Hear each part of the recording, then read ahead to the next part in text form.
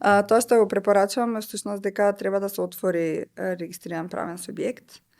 Од проста причина што доколку сакаш да вметнеш можност за онлайн плаќање, односно плаќање со картичка, што сигурно ќе сакаш да го направиш, тоа се прави во Македонија 5 банки го нудат тоа како опција и за да се направи тоа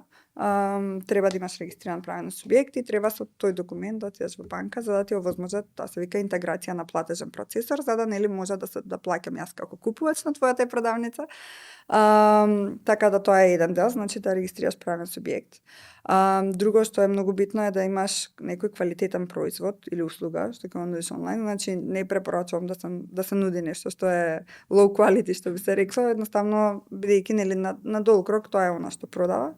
Потоа би препорачала да се инвестира во добро користичко искуство и добра веб страница која што е едноставна, не мора да е најскапата, не мора да е, значи се што треба е да е прилагодена, да е преведена на, нели да не е. Многу често се среќаваме со некои продавници кои што пола на македонски, пола останало на англиски и така натака. И многу е битно да е транспарентно се прикажано. Значи да има, овој голем дел од трговците не го знаат, значи дека и по закон треба да има контакт детали, значи адреса, даночен број и оние податоци од типот на колку чини доставата, колку е оваа чаша плюс доставата, политика за враќање, доколку ја сакам да вратам чашава доколку не ми се допаѓа, колку време можам, каде, како и така натака.